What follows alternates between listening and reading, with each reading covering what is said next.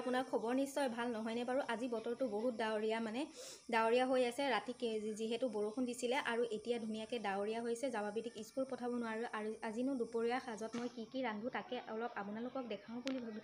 ঠিক আছে ব'লকচোন। মই শুকান মাংস কাটি লৈছোঁ। এয়া মই চাটনি কৰিম, যিহেতু এয়া শুকান মাংস চাটনি কৰিম। ধুনীয়াকৈ ভাজি কুজি লৈছোঁ, গৰম কৰি। আৰু এইফালে আছে আমাৰ বেঙেনা ভাজি কৰিম, বেঙেনা ভাজি। আৰু এইফালে কি এইটো বস্তু চাওকচোন, চবৰে প্ৰিয়নে বাৰু। কঁঠাল গুটিটো বহুতে ভাল পায়, সেইটো কাৰণে কঁঠাল গুটি চাটনি কৰিম। আৰু এইটো এটা আছে ভোট জলকীয়া দিম ইয়াতে কঁঠাল গুটি চাটনি।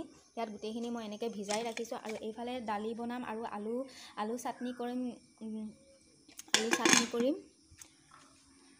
শাকৰ ভাজি আৰু দালিও। ইমানখিনিয়ে আছিলে মই বনাবৰ। আপোনালোকৰ খবৰ নিশ্চয় ভাল নহয়নে বাৰু। এইফালে আমাৰ জাবাবেটি এয়া পোজ দি আছে, মানে তাই ঈদৰ এটা পিন্ধি আছে, চোলা পিন্ধি আছে, নতুন চোলা। সেইটো কাৰণে তাইক ফটো মাৰিব লাগে, সেইটো কাৰণে গাড়ীখন লৈ আহিছে চাওক,